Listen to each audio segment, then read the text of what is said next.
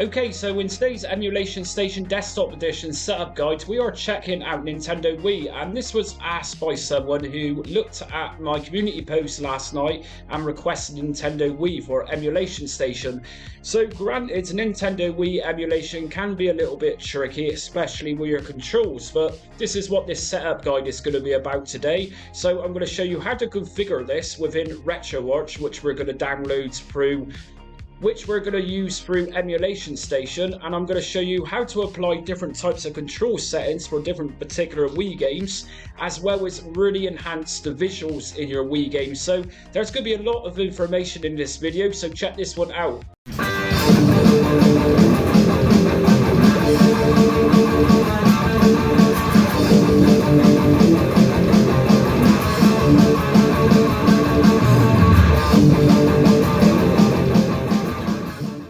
Okay, before I start today's EmulationStation and Nintendo Wii setup guide, just make sure to hit notifications, subscribe and like if you like today's video. It really helps my channel out a great deal, plus it gets you up-to-date retro emulation content as I upload it, which is pretty much every day. So I run a poll last night, or rather a community post, and I asked which type of setup guide you'd like to see next, and of course EmulationStation was in the lead with RetroArch just behind it, so I stand to my word. There's EmulationStation setup guide. So apologies if this one's a little bit late. I've just literally caught out my ex-partner, caught red-handed, lying actually. But anyways, let's get on with this. And what we're going to do then first is obviously take a look in our EmulationStation Desktop Edition folder. And what I'm going to do, I'm going to go to emulators, and from here I'm going to assume you don't have RetroArch. So if you do already have RetroArch in the EmulationStation emulators folder, then just skip on ahead. And what I'm going to do for now anyway is actually go over to the RetroArch website and download a portable version of RetroArch. So of course there's a couple of ways we can have Wii playing through EmulationStation. We can either download the standalone version of Dolphin, but really technically the RetroArch core of this is going to be a lot quicker and probably a lot easier for people out there. So under the RetroArch download section, we're going to find download nightly and download stable. I'm not going to download either of these. Instead, I'm going to just go down, and where it says Windows, I'm going to download the Windows download 64-bit of RetroArch. This is a portable version. So as you can see, we got 64-bit and 32-bit. If you're not sure which one to go for, the easiest way around this is to go to your search and just type in system information. Under system type, you're going to find what type of version of computer you've got. In my case, 64-bit. So I'm going to download the 64-bit portable version of RetroArch and just let this one download. And whilst we're waiting for this to download, your Nintendo Wii games technically need to be in a .iso file extension, which works best, but there's a few other file extensions that Dolphin is going to set within RetroArch. So with that done, we are going to take a look at that download of RetroArch. And we downloaded RetroArch, so I'm going to just double left click on this archive just here, just drag out the RetroArch folder itself and just give this one a couple of minutes to extract, depending on how quick your computer is. Okay, so we've now extracted RetroArch. We can now delete that archive that we've downloaded. And like I always say, with RetroArch folder, just make this a little bit more simpler to read. So just backspace the Win32- or Win64, whichever version you've got. And what I'm going to do with this one is open up the EmulationStation folder again and drop this RetroArch folder inside of its emulators folder. And before we open up EmulationStation, I advise open up RetroArch first, and we need to download something called a core. So a core is essentially an emulator which, well, RetroArch uses to emulate your games. So if we just go down to retroarch.exe and double left click, we've now got RetroArch open. So as we can see, this will open up into a Windows mode. So we obviously want to turn this into a full screen mode when we boot it up from EmulationStation. So to do this, we're going to go to Settings, Video, and from here we're going to go to Full Screen Mode. And if we turn this one on where it says start in full screen mode, your computer, or rather RetroArch, will very briefly reboot. And there we go, we have now got full screen mode to RetroArch whenever we open it up. So if we come out of here, the next thing we need to do is go to main menu, and we're going to download that core or emulator. So to do this, we're going to go to load core, download a core, and now it's just a case of finding Dolphin, which is obviously a core or the standalone version of Dolphin. It's going to emulate both Nintendo Wii and GameCube. So this is likely going to be listed under Nintendo. So if we just scroll down a bit, and there we go, Nintendo, GameCube, Wii, Dolphin. So if we download this core, I'm going to just press enter on my keyboard, and you're going to get a hashtag that just tells us that it's been installed inside of RetroArch. And from here, if we back out, and I'm going to advise just go to configuration file and save current configuration. RetroArch sometimes forgets to save things, so just do that so it prevents you from going through that process again. So next thing we're going to do is go to quit RetroArch, and back in the RetroArch folder we're going to go back, and within the EmulationStation folder we're going to go into ROMs, and from ROMs we're going to scroll down until we find Wii, which is just here. And if we open up the system info.txt, it's going to tell us just here the file extensions which are accepted for the Dolphin core. So ISO is listed right just here, and like I say, they probably work the best, but most other file extensions here are actually going to tell us for GameCube file extensions, but whatever. The most common file extension for Wii games is ISO. So if you've got a disk, then obviously put it into your drive and convert it into this format. So if we close out of here, and what we're going to do then is just drag our Wii games inside of that ROMs Wii folder. Now, I'm using 2 for this setup guide, and the reason being is that Super Mario Galaxy 2 requires the nunchuck and Wiimote to play it, and I'm going to show you how to configure that with your controller.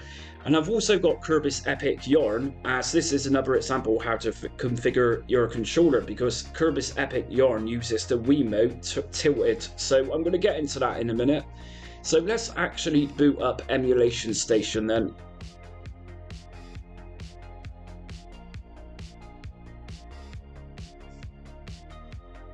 Okay, so we can now see Wii. As we can see, it says 2 games. If we just go inside of here, first thing I'm going to do is download some art or scrape some art. So main menu, scraper, and under scrape these systems, if you've got multiple systems installed in EmulationStation, obviously just check Nintendo Wii.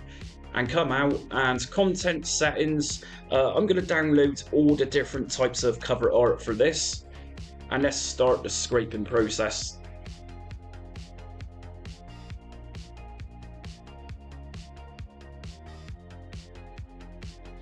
Okay, so everything has been scraped, and what I'm going to do next is just go back to main menu. This time I'm going to go down to other settings and just go onto alternative emulators, and as we can see we got Wii Dolphin just here. And what I'm going to do, I'm just going to make sure Dolphin default is selected, and what this is going to do is read from RetroArch and select that Dolphin RetroArch core. So if we come out of here, what I'm going to do is just boot up, say, Super Mario Galaxy 2.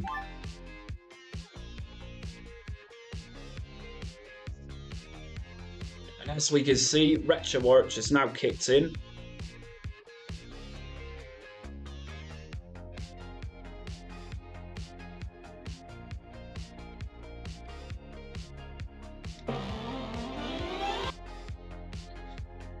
Now, it's quite normal for this to happen straight away, so we need to emulate the nunchuck and Wiimote. So from here, we can access the RetroArch menu, and what we're going to need to do is just go down to controls from here, and port 1 controls, device type. I'm going to set this one to Wiimote and nunchuck. So if I select this and come back out, go back to quick menu and resume.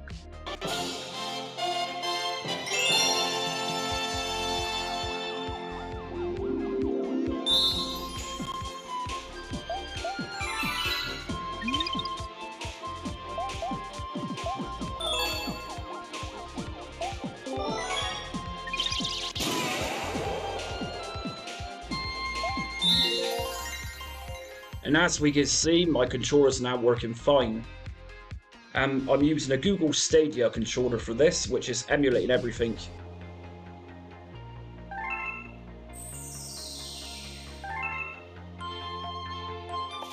Dear Mom.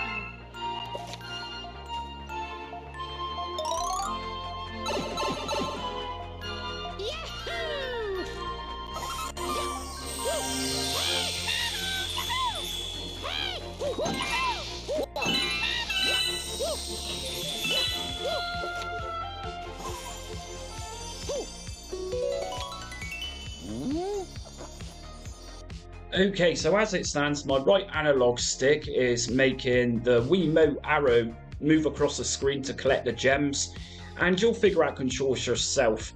As we can see, the picture of this, the picture quality, the visuals, is a little bit pixelated, so we can change this by going to Settings, Video, and Scaling.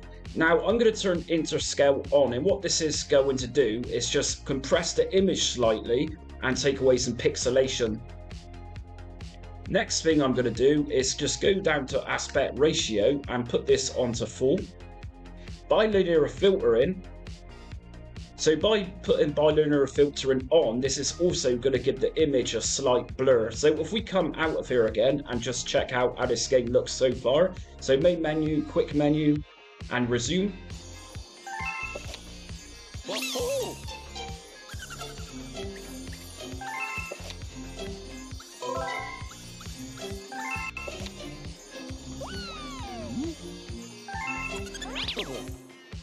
So far we can see that the image is now slightly blurred, but we can add more to this. Now this time in quick menu, if we just go down to core options, under render, I suggest leaving this to how it is. For me anyways, hardware works fine. Next thing we're going to want to do to really bring out the image, and the reason we want to emulate games, is the resolution. So as you can see, by default this is on 640 by 528, which of this day and age is pretty bad. If you click inside of here, as you can see, we can actually technically go up to around over 4K in fact with this. But if you've got a potato of a computer, I wouldn't bother raising it too high. You'll find your game is lagging. And since I'm recording this video, which is taking up some of my computer's resources, I'm going to just stick to say ×3 and see how this performs. And if I go down a little bit further to anti-aliasing, it currently says none, and so that'll be the same for you if this is your first time running Dolphin for Wii. Now, anti-aliasing it takes away the jagged edges, and as we can see just then through the footage of the cutscene, Mario in the hills and the leaves, they've all got jagged edges. If we turn anti-aliasing on, you've got two versions of anti-aliasing. We've got MSAA or SA. Now, dependent, again, just like internal resolution, depending on your computer hardware, if you push this up too high, this is also going to be another catalyst for your game's lagging. So like I say again, because I'm recording this, I'm going to have to go very modest with this, and I'm just going to put this to 2 times. And we've also got an option called max atrophy. So if we put this on higher, just the same again, like anti-aliasing and internal resolution, the higher you bump this up, the more pressure it's going to put on, say, your graphics card or your CPU. And just remember, systems or emulators like Dolphin rely heavily on GPUs. So for this, I'm going to just put max atrophy to 2 times. And what this option is going to do is just blur away some of that edge pixelation. And if we go back into the game again, so main menu, quick menu, resume. This we can also see now, the game looks a lot better. It looks a bit more 2023 rather than 2008 whenever the Wii came out. So to control this, we're obviously going to need to press a button for when Mario spins. Now, technically, when you're playing this with a real physical Wiimote, you would shake the Wiimote to do this, but we can actually press a button on your controller to perform this.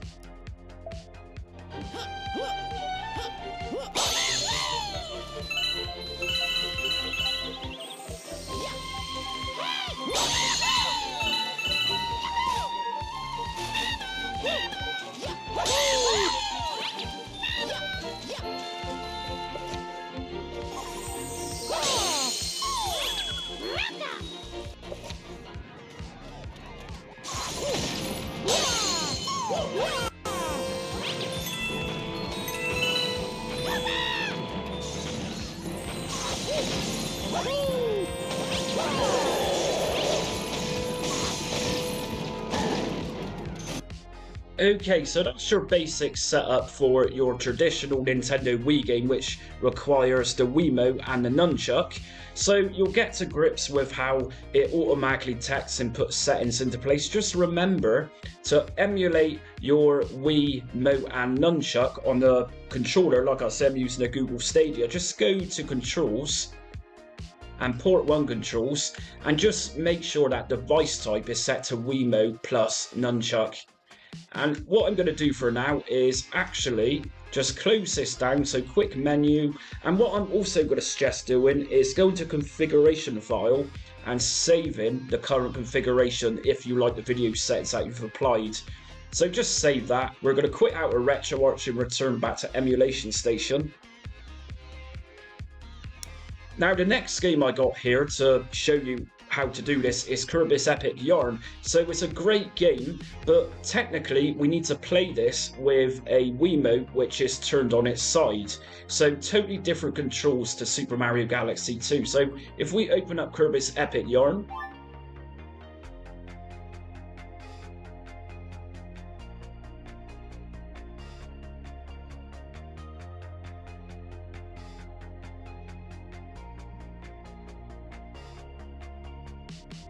and here we go. As you can see, the first thing we see within Kirby's Epic Yarn is advising us to turn the Wii remote sideways. So again, it's just a case of accessing quick menu to do this. Controls, Port 1 Controls, device type, and this time we're going to go down to Wiimote sideways.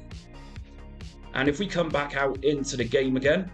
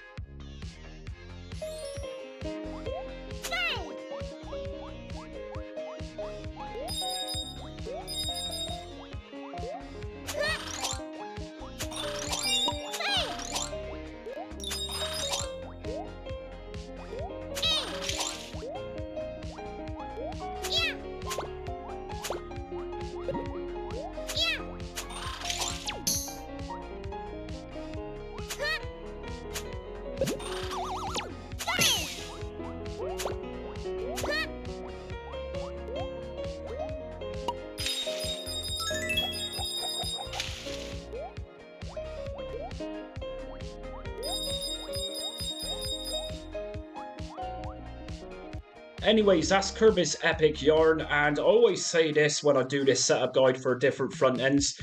Whenever I test out Wii and show you how to make Wii work on particular front ends, I always apologise for playing this game. But that's my secret and that's your secret, so don't tell anyone else that a 40-year-old man is playing a Kirby game. So what we're going to do next then is look at save states. So of course, Nintendo Wii or Dolphin actually saves games as you go along, just like real Nintendo Wii hardware at certain save points. But we've actually got the ability to save and load states. So say for example, if I want to save my game of Kirby just here, if I just go to quick menu, save states, I'm going to go to save state just here.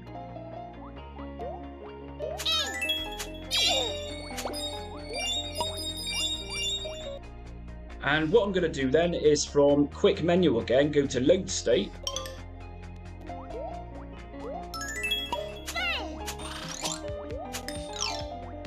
Something else I am going to mention is that, say one day you fancy playing a Wii game or any other game to that matter inside of RetroArch rather than opening up EmulationStation, we can actually import our games to prevent you from using EmulationStation, so we can actually just use RetroArch itself. So if we go to import content and we go to manual scan, content directory, now my Wii games are located on my C drive, so open up C drive and I'm going to go to users and Jamie, and my games are on my desktop, and they're in my EmulationStation folder, and they're now in my ROMs folder, and from here I just need to search for the ROMs Wii folder. And if I go to scan this directory and just press D-pad up, which will take us to start scan at the bottom. Scan complete. Now if I go back to RetroArch, right at the bottom we're going to find Wii, and here's our Wii games. So if I close down EmulationStation altogether,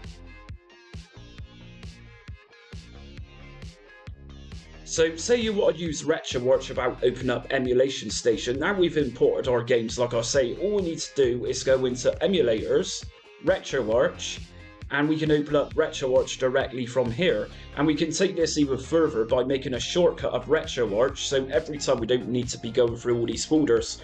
So right click on the RetroArch shortcut, show more options, and what I'm going to do is go to send to desktop create shortcut. If we close out of EmulationStation folder, we now have RetroArch shortcut on our desktop. Double left click, and we are now back to RetroArch, obviously with the Wii games we just imported, and it really is that simple.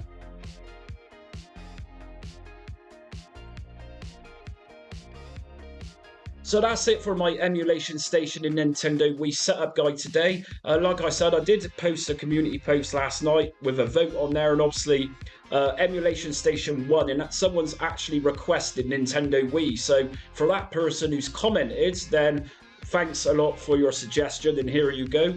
So anyways, check out my other EmulationStation setup guides, and if you're new to EmulationStation in general, I've also done a fully comp guide on getting you up and running with EmulationStation. Also check me out on social media. I'm on Facebook, Instagram, Twitter and TikTok. But until next time, stay retro.